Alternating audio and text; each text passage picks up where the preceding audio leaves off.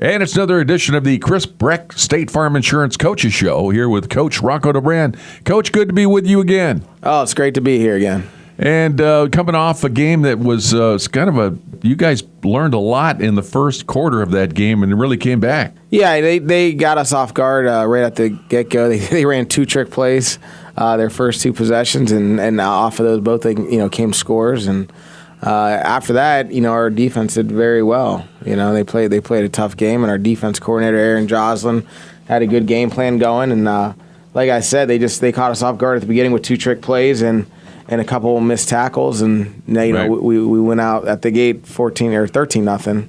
Yeah, you'd obviously looked at films and so forth like that. You didn't see anything like those trick plays really in the stuff that you guys got? No, we haven't seen any trick plays all year from them. Wow. And there's still things. They are what they are, and they executed them. And like the first play of the game, we still got to read our keys. If we were reading our keys, we would have still covered it. And but they're high school kids. That happens, and you can't let that beat you. You just got to keep playing, and I think we did. We just came short at the end. So yeah, Lucas Fulmer showed that he's probably a pretty good wide receiver too. Absolutely, yeah. And the lateral play from the wide receiver to the running back on the sideline, that was a backbreaker right there. Right. Our corner kind of saw it late, and he had a great night. Kyle Gaw had a great night altogether, but he saw it a little bit late, and he came right off the first catch, and then it was lateraled, and he came off and just missed the tackle, and after that there was nobody there because it was a well-designed play. Right, almost ran him down, but it was ran out of field and before that could happen.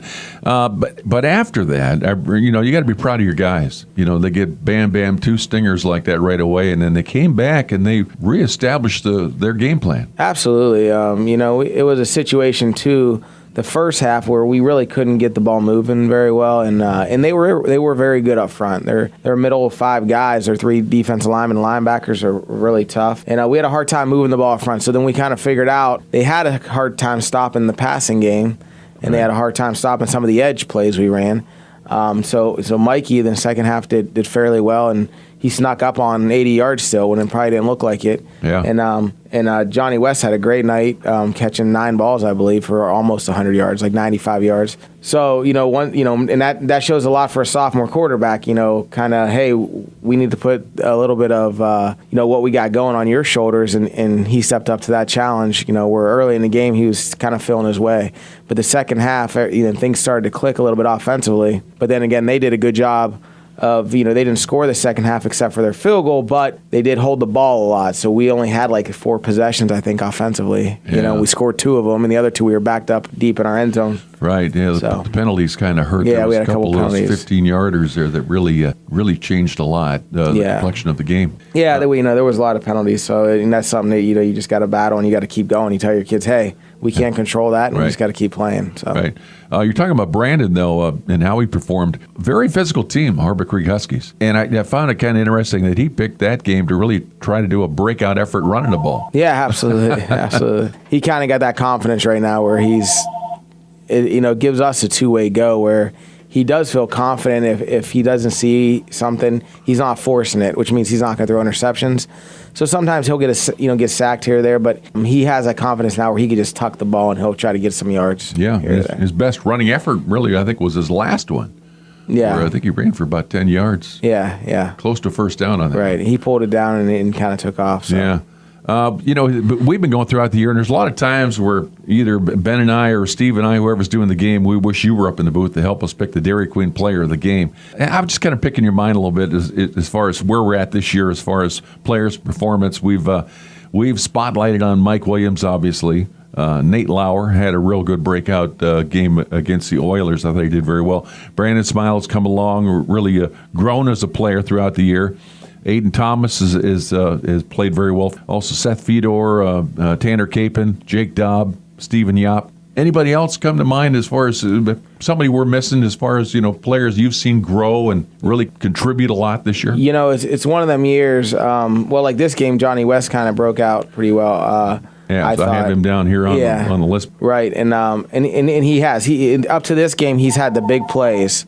And then this week he was more of a possession receiver where he had 9 catches, where in other games he might have just had 2 catches, but for like 60 yards or 70 yards. But then other than that, I think the thing is this year we are so we got a very experienced and good offensive line and defensive line. So a lot of times those guys don't get recognized when, a lot of our carries by Mikey and by Seth and the time that Brandon has to throw the ball all relies on them. And you mentioned Capon and Dobb, and we also got Nathan Eaton down there, and Joey Rikoski's our center, who's just solid all the time. Our right guard is John Appleby, who's our junior, but just an outstanding lineman. I know against Corey he had like 6 pancakes when he'd pull and kick out. So, and that's a game that Mikey had 300 yards. So a lot of that, hey, John's getting pancakes and Mikey's getting 300 yards. So there's a couple linemen there. And Nathan Pape came back from a knee injury, and he's doing a good job on the offensive line now.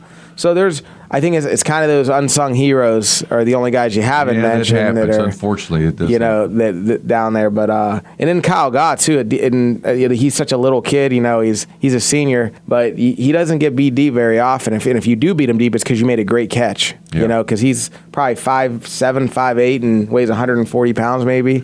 But he is in perfect position every time. That's true, because he was running defense against that tall freshman wide receiver, that Corey Smith. Yes. And tall kid, he's given up a lot in height over him, and he did a very good job against him. Absolutely. I don't think he had a catch, actually, all night. Especially at the end, because there were some close ones in there, and Kyle was all over him. He's all over him. He's done that all year, where he's just taken away the other team's best receivers. Yeah. Unless the kid just out-jumps him, but he's always there in the right spot and a playmaker. You're right about the whole line, and there's been times where I even brought it up that we should give the entire defense a player of the game. But I don't know if Keith would understand that if they walked. Right. But another guy too that we could probably throw in there too is Ryland Davidson. Absolutely, he's that role player. Yeah, where he's only a sophomore, but he does everything.